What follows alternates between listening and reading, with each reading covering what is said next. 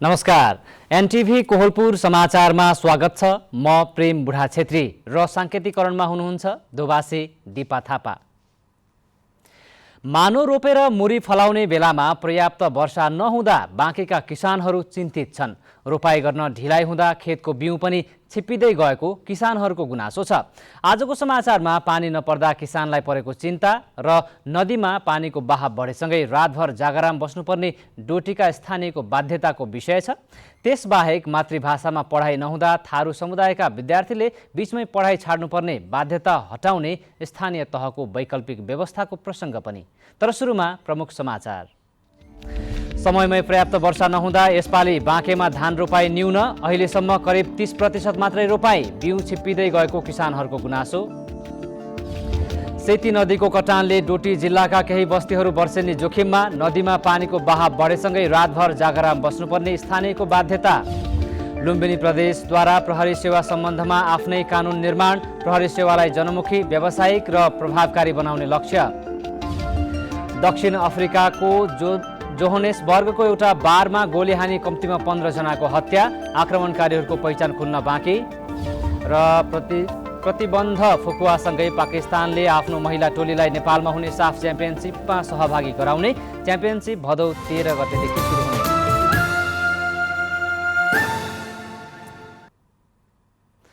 समाचार अब विस्तारमा। समयमै पर्याप्त वर्षा नहुँदा यसपालि बाँकेमा धान रोपाई न्यून भएको छ। रोपाई गर्न ढिलाइ हुँदा खेतको बिउ पनि छिप्पिँदै गएको किसानहरूले गुनासो गरेका छन्। पर्याप्त वर्षा हुने आशामा किसानहरूले बिउ राखेका भए पनि रोपाई ढिलो भएको हो। पानीको अभावपछि खाल्डा खुल्डीमा रहेको पानी किसानहरूले पम्प सेटबाट तानेर सिँचाइ गरी रोपाई गर्ने प्रयास गरिरहेका छन्। रोपिएको रोपो पनि पानी अभावमा पहेँलिएको छ। कृषि ज्ञान केन्द्र बाँके नेपालगञ्जका अनुसार वर्षा नभएका कारण जिल्लामा करिब 30% मात्रै रोपाई सम्पन्न भएको छ, जबकि गत वर्ष यसै समयमा रोपाई सकिएको थियो। जिल्लामा करिब 30% खेतीयोग्य जग्गामा सिँचाइ हुने गरेको छ, जसका कारण यहाँको खेती आकाशे पानीमा निर्भर रहेको छ। समयमै रोपाई हुन नसके उत्पादन घट्न सक्ने कृषि ज्ञान केन्द्र बाँके नेपालगञ्जका प्रमुख सागर ढकालले बताउनुभयो। पानी अभावका बावजुद बाँकेको उत्तरी पूर्वी क्षेत्र राप्ती सोनारी क्षेत्रमा बढी रोपाई भएको छ, तर पश्चिमका खजुरा, बैजनाथ, जानकी गाउँपालिका, कोहलपुर नगरपालिका र नेपालगञ्ज उपमहानगरमा किसानले निकै कम धान रोपाई गरेका छन्। वर्षेनी सेती नदीको कटानले डोटी जिल्लाका विभिन्न बस्ती उच्च जोखिममा पर्दै आएका छन्। बारपाटा, घोपघाट, कालाघाट, सिरखोली सैन, दिपायल, घोलतडा तथा नारीदाङका बस्ती उच्च जोखिममा परेका छन्। नदीले वर्षेनी धार परिवर्तन गर्दै स्थानीयका बस्ती भएर बग्न थालेका कारण गाउँघर नदीले बगाउने भन्दै स्थानीयवासी त्रासमा छन्। वर्षातको समयमा सुरु भएसँगै सेती नदीमा पानीको बहाव पनि बढ्दै गएको छ। त्यस क्षेत्रका नागरिकलाई कति बेला पानी बाढीले बगाउने हो भन्ने चिन्ताले पिरोलिरहेको शिखर नगरपालिका 11 का गणेश विष्टले बताउनुभयो। सेती नदीमा पानीको बहाव बढेसँगै बारपाटा गाउँका बासिन्दाले रातभर जागराम बस्नुपर्ने बाध्यता कायमी रहेको स्थानीयले बताएका छन्। वर्षायामको समयमा मनसुनजन्य विपदले मानवीय क्षति र ठाउँ ठाउँमा विभिन्न सडकहरू अवरुद्ध भइरहेका हुन्छन्। प्राकृतिक विपत्तिबाट मानवीय क्षति तथा अवरुद्ध भएको सडकलाई छिटो खुलाउन सम्बन्धित निकायको भूमिका कस्तो हुनुपर्ला भनेर आज हामीले पाल्पाका केही नागरिकलाई सोधेका छौँ। हेरौँ आजको आवाजमा।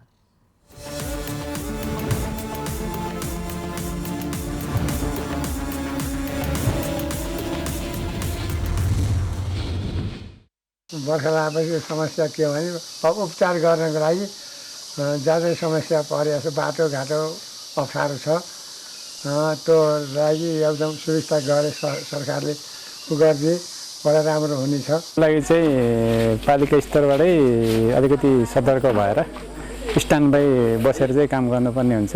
किनभने अब गाउँ भेगमा कतै पहिरो गएको हुन्छ, कतै के हुन्छ होइन, त्यस्तोमा चाहिँ अलिकति गाउँ स्तरबाट चाहिँ अलिक सम्भव चाहिँ हुँदैन। बाटो छैन, बिरामी भइयो भनेदेखि जाने ठाउँ हस्पिटल नजिक छैनन्, आवश्यक त्यस्तै त छ नि, बाटोहरू बन्नु पर्यो।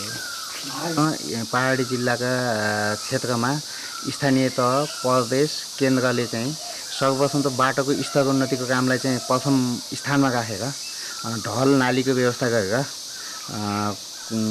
अगाडि बढाउनु पर्ने हुन्छ भने दोस्रो अवस्थामा स्वास्थ्य सेवालाई चाहिँ एक किसिमको घुम्ती सेवाको जस्तो मापदण्ड बनाएर बर्खाको कार्यक्रममा चाहिँ घुम्ती सेवालाई पनि अलिकति केन्द्रित गर्ने हो भने स्वास्थ्य सेवा गाउँसम्म पुग्दाखेरिमा त्यसबाट केही सहज हुन्छ। हामीलाई अर्थो नभएर गाडी यताउतिको सहज गर्दै हामीलाई एकदम सुविधा पाइन्छ कि भन्ने आशा। यो स्थानीय सरकार जो मेन गरी हाम्रो चाहिँ स्थानीय सरकार भनेको मुख्य वडा कार्यालय हो। वडा कार्यालय र गाउँपालिकाले चाहिँ नि जहाँ बाटो अवरोध हुन्छ त्यो चाहिँ तुरुन्तै खुलाउनु पर्छ। पुलिससकेका बाटाहरू हुन् तिनीहरूलाई तुरुन्तै खुलाउनु पर्छ र सेवा सुविधा एम्बुलेन्सहरू हिँड्ने वातावरण बनाउनु पर्छ। मुख्य कुरा त कष्ट बस्ती छ अनि त्यो भइसक्यो भने फेरि हामीलाई सहज रूपले राहत उपलब्ध गराइदिने।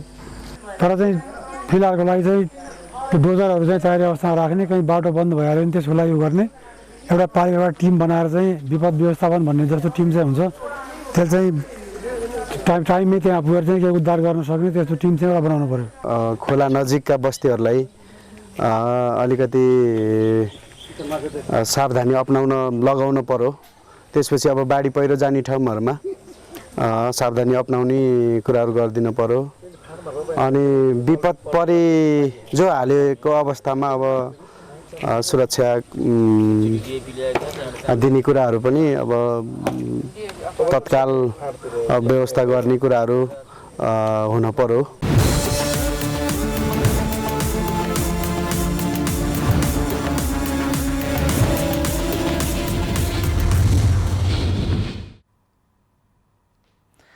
मातृभाषामा पढाइ नहुँदा थारू समुदायका कतिपय विद्यार्थीले बीचमै पढाइ छाड्न बाध्य छन्। अन्य भाषा नबुझ्दा पढाइ छाड्ने विद्यार्थीका लागि स्थानीय तहले वैकल्पिक व्यवस्था गरी उनीहरूलाई अध्ययन गराउन सुरु गरेका हुन्। मातृभाषाका कारण विद्यालय छाड्ने दाङका थारू समुदायका विद्यार्थीलाई भने अब कक्षा 1 देखि 3 सम्म थारू भाषामै पढाइ हुने तयारी गरिएको छ। थारू भाषामा पहिलो पटक पढाइ सुरु गरिएको छ। मातृभाषामा पढाइ नहुँदा पढ्न छाड्ने थारू समुदायका विद्यार्थीलाई पढाउन यस्तो गरिएको हो। थारू भाषामै पाठ्यपुस्तक छपाई गरी अहिले दाङमा पहिलो पटक कक्षा 1 देखि कक्षा 3 सम्म घोराई उपमहानगरपालिकाले मातृभाषामा पढाउन थालेको छ। करिब 90% थारू समुदायका बालबालिका अध्ययन गर्ने विद्यालय छनौट गरी पढाइ सञ्चालन हुन लागेको नगर प्रमुख नरुलाल चौधरी बताउनुहुन्छ। थारू समुदायका बालबालिकाहरूले आफ्नो चाहिँ के अरे मातृभाषामा पढ्न पाउने अधिकार सुनिश्चित गर्ने कुरा भयो। अर्को कुरा, थारू भाषालाई सरकारी कामकाजको भाषा बनाइसकेपछि गैर थारू समुदायका के अरे नागरिकहरू पनि यो भाषा बोल्न, पढ्न, लेख्न सके। घरमा मातृभाषा बोलचाल गर्ने विद्यार्थी विद्यालय जाँदा अन्य भाषा नबुझ्ने, जसका कारण स्कुलमा भर्ना भएका विद्यार्थीले पनि पढाइ छाड्ने समस्या बढ्दो छ। स्थानीय तहको यो कामले विद्यालय छोड्ने सङ्ख्या कम गर्दै उनीहरूलाई गुणस्तरीय शिक्षा प्रदान गर्न सहयोग पुग्ने पुस्तकका लेखक भुवन चौधरीको तर्क छ। बच्चाहरू सुरुमा घरमा चाहिँ आफ्नो मातृभाषामा चाहिँ बोलिराखेका हुन्छ।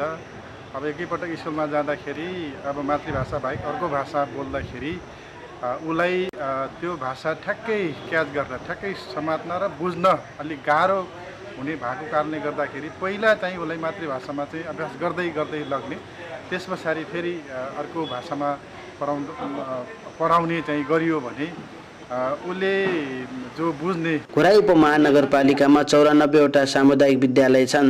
त्यसमध्ये थारू भाषाको बाहुल्यता भएका करिब 60 विद्यालयमा पढाइ सञ्चालन हुँदैछ। जनक नेपाली, नेपाल टेलिभिजन, लुम्बिनी प्रदेश, दाङ। समाचारको क्रम जारी नै छ। अहिलेलाई एकैछिनको विश्राम।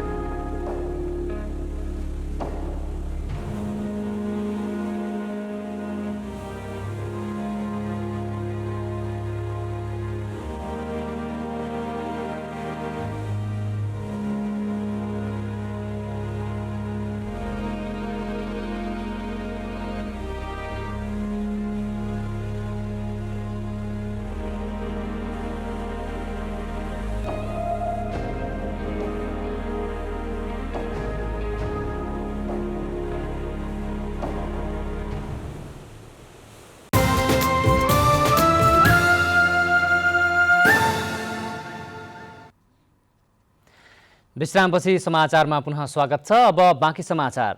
गत वैशाख 30 गते सम्पन्न स्थानीय तह निर्वाचन 2079मा भाग लिएका सुर्खेतका 26% उम्मेदवारले मात्र चुनावी खर्च बुझाएका छन्। सुर्खेतका 9 पालिकाका 2084 जना उम्मेदवारहरूमध्ये 552 अर्थात् 26%ले मात्र चुनावी खर्च बुझाएका हुन्। तर कर्णाली प्रदेश निर्वाचन कार्यालय सुर्खेतका अनुसार 74% उम्मेदवारहरूले खर्च बुझाउन अटेरी गरेका छन्। पटक पटक निर्वाचन खर्च बुझाउन उम्मेदवारहरूलाई ताकेता गर्दा समेत 1532 जनाले विवरण नबुझाएको कार्यालयले जनाएको छ।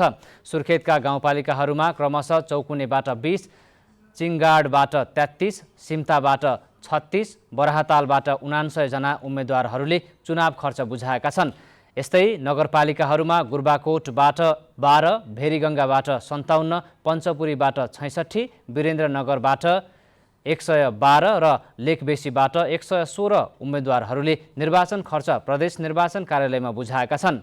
स्थानीय तह निर्वाचन ऐन 2073 र नियमावली 2073 को ढाँचामा उम्मेदवारहरूले चुनावको परिणाम घोषणा भएको मितिले 30 दिनभित्र आफ्नो चुनावी खर्च जिल्ला वा प्रदेश निर्वाचन कार्यालयमा बुझाउनुपर्ने कानुनी प्रावधान छ।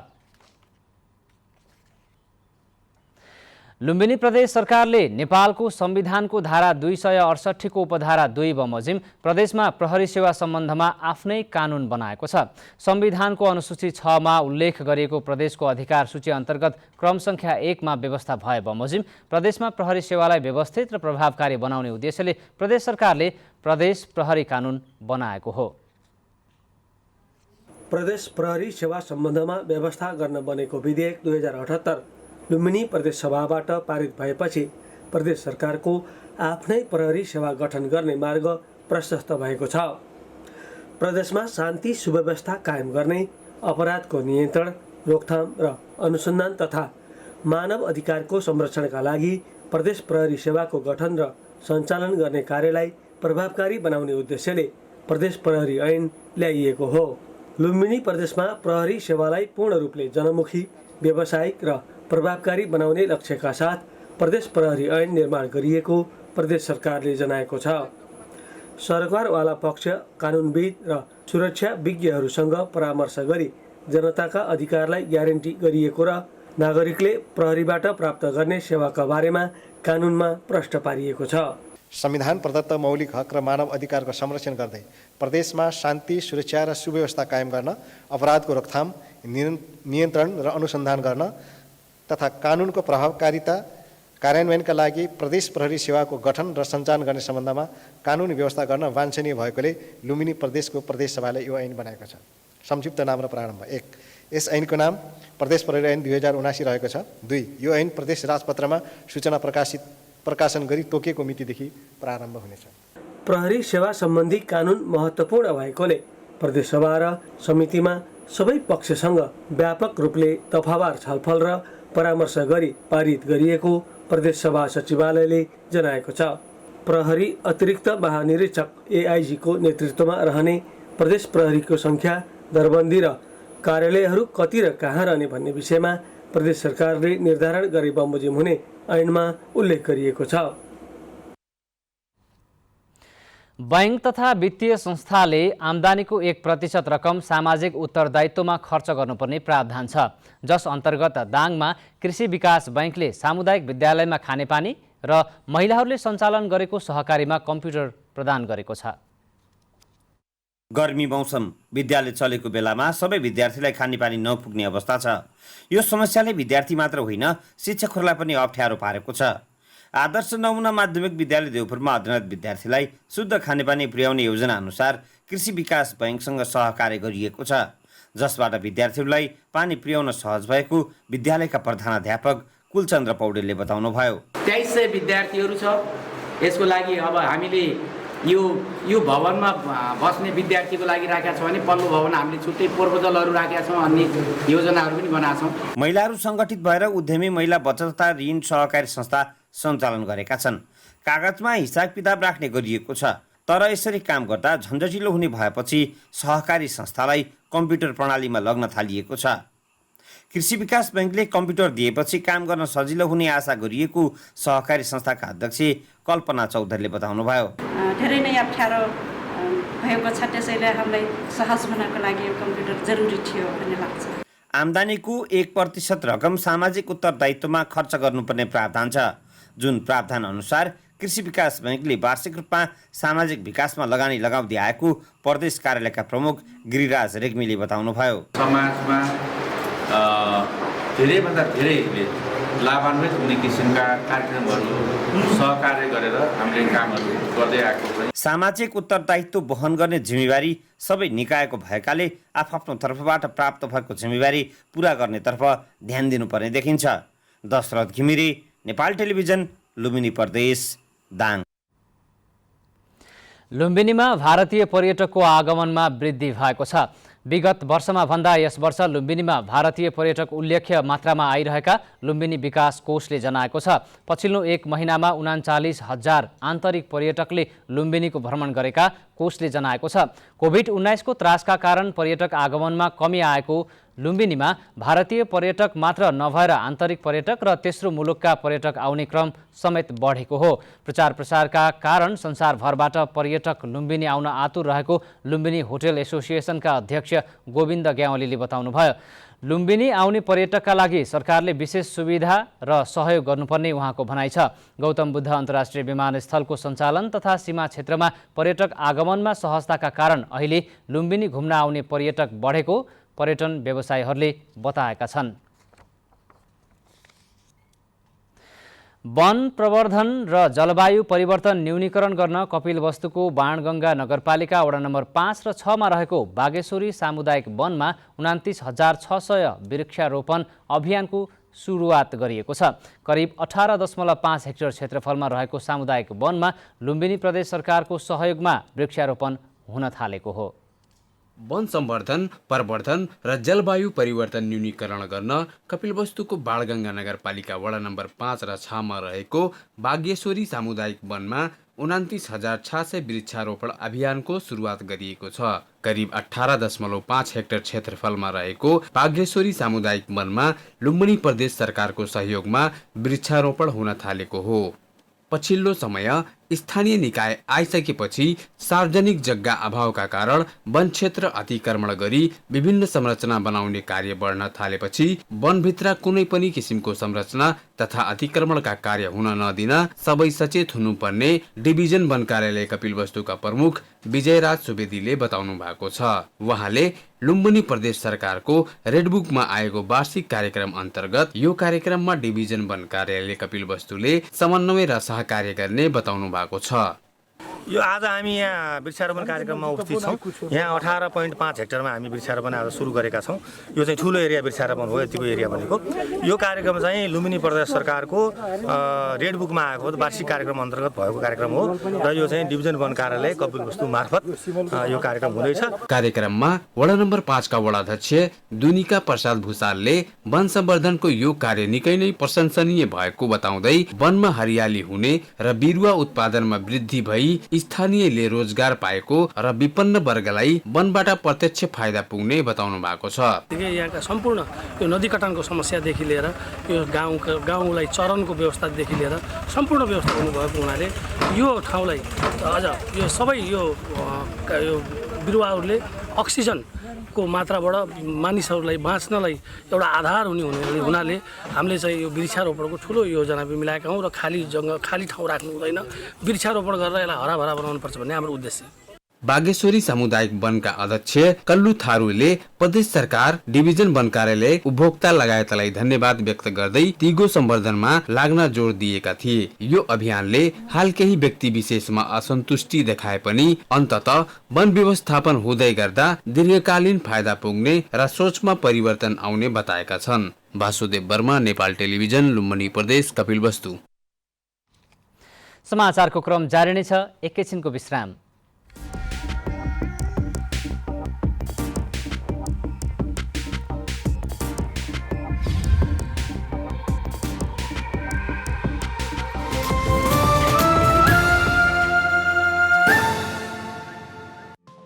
केही नयाँ, केही फरक।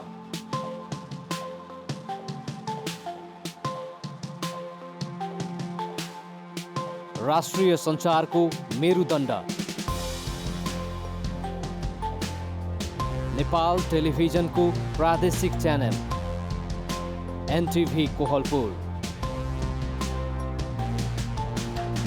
पश्चिम नेपालको लुम्बिनी, कर्णाली र सुदूरपश्चिमको एकमुष्ट आवाज, सत्य समाचार, तटस्थ विचार, कार्यक्रममा मौलिकता, समावेशिता र विकासमा विस्तार।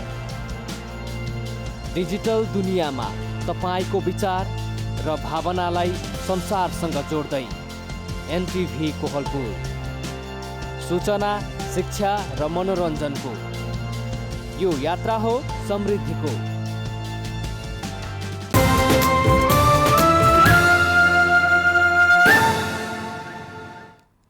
तपाईँ एनटिभी कोहलपुर हेर्दै हुनुहुन्छ। अब बाँकी समाचार।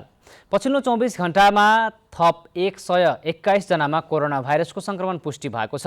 पीसीआर र एन्टिजेन गरी 3045 जनाको नमुना परीक्षण गर्दा 121 जनामा संक्रमण देखिएको स्वास्थ्य तथा जनसङ्ख्या मन्त्रालयले जनाएको छ।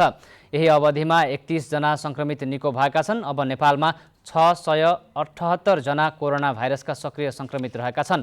पछिल्लो 24 घण्टामा कोरोना संक्रमणका कारण कसैको पनि ज्यान गएको छैन। अब अन्तर्राष्ट्रिय समाचार।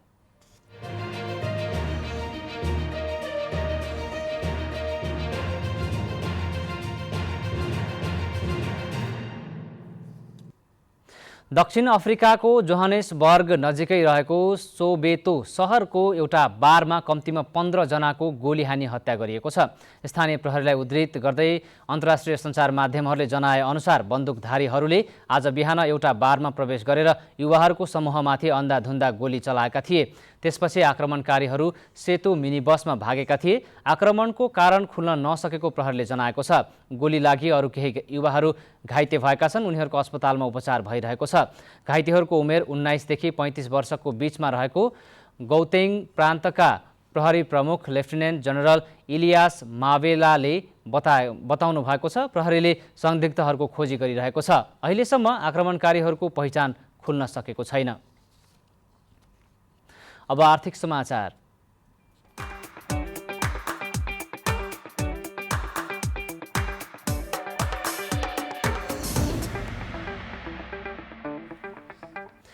कारोबार हुने साताको पहिलो दिन आज सुनको भाउ 200 रुपियाँले बढेर कारोबार भएको छ। नेपाल सुनचाँदी व्यवसाय महासङ्घका अनुसार आज छापावाल सुन प्रतितोला 200 रुपियाँले बढेर 94,800 रुपियाँ कायम रह्यो।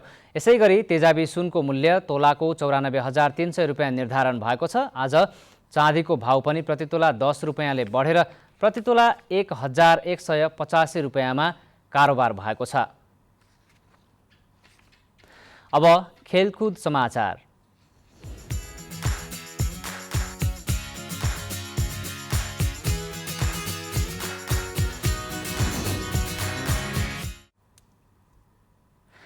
पाकिस्तान फुटबल फेडरेसन PFF ले आफ्नो महिला टोलीलाई नेपालमा हुने साफ च्याम्पियनसिपमा सहभागी गराउने निर्णय गरेको छ। विश्व फुटबलको सर्वोच्च निकाय फिफाबाट प्रतिबन्ध फुकुवा भएसँगै पाकिस्तानले साफ च्याम्पियनसिप खेल्न लागेको हो। पाकिस्तानी महिला टोली 8 वर्षपछि पहिलो पटक अन्तर्राष्ट्रिय प्रतियोगितामा सहभागी बन्नेछ। साफमा पाकिस्तान सहभागी हुने भएपछि अब 7 देशले महिला साफ च्याम्पियनसिप खेल्नेछन्। महिला साफ च्याम्पियनसिप आउँदो भदौ 13 देखि 25 गतेसम्म नेपालमा हुनेछ।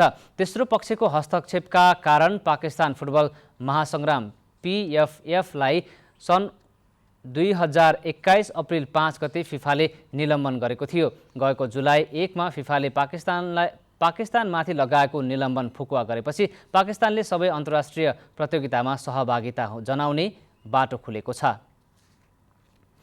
अब मौसम।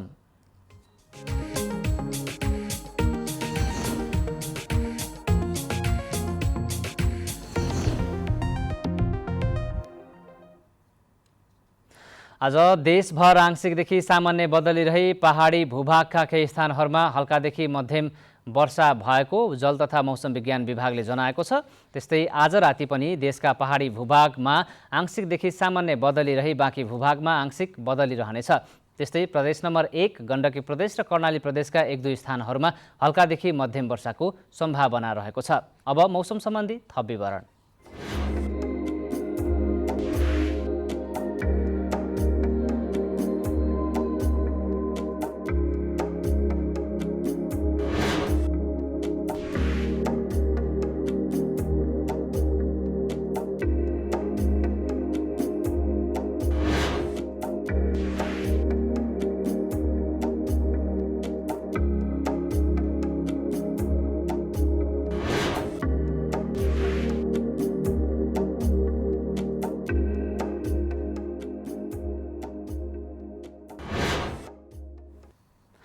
समाचारको अन्त्यमा प्रमुख समाचार पुनः एकपटक। समयमै पर्याप्त वर्षा नहुँदा यसपालि बाँकेमा धान रोपाई न्यून, अहिलेसम्म करिब 30% मात्रै रोपाई, बिउ छिप्पिँदै गएको किसानहरूको गुनासो। सेती नदीको कटानले डोटी जिल्लाका केही बस्तीहरू वर्षेनी जोखिममा, नदीमा पानीको बहाव बढेसँगै रातभर जागराम बस्नुपर्ने स्थानीयको बाध्यता। लुम्बिनी प्रदेशद्वारा प्रहरी सेवा सम्बन्धमा आफ्नै कानुन निर्माण, प्रहरी सेवालाई जनमुखी, व्यावसायिक र प्रभावकारी बनाउने लक्ष्य। दक्षिण अफ्रिकाको जोहानेसबर्गको एउटा बारमा गोली हानी, कम्तीमा 15 जनाको हत्या, आक्रमणकारीको पहिचान खुल्न अझै बाँकी। र प्रतिबन्ध फुकुवासँगै पाकिस्तानले आफ्नो महिला टोलीलाई नेपालमा हुने साफ च्याम्पियनसिपमा सहभागी गराउने, च्याम्पियनसिप भदौ 13 गतेदेखि सुरु हुने।